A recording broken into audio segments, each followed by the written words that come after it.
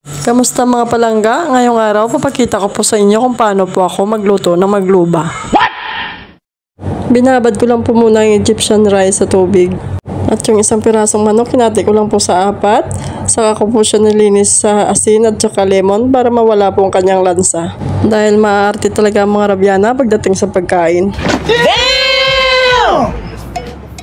At may mga hiniwa na rin ako dito na gulay, talong, patatas, carrots at saka kalabasa. Ipiprito ko lang ito mga langga. At pagkatapos, iset aside lang natin.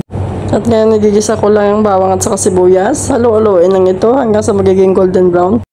Saka isunod natin gisa yung kamatis. Pati na rin yung cardamom, black lemon, laurel, cinnamon stick at saka star anise. Pati na din yung mga pampalasa nila.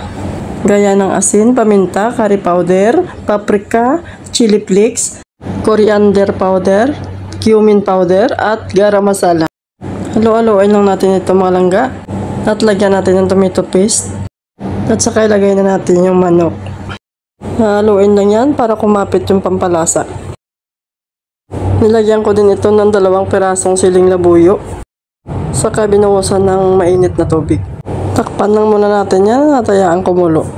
At ngayon, pwede na rin natin isain yung bigas. Sinugasan ko lang ito mga langga. Nilagyan ng asin, cardamom pods at saka yung mantika.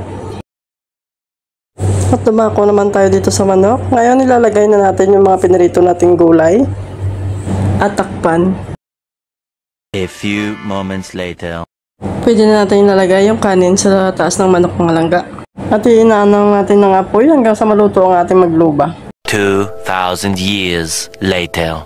At luto na nga talaga mga langga. Kaya itaob na natin para iserve.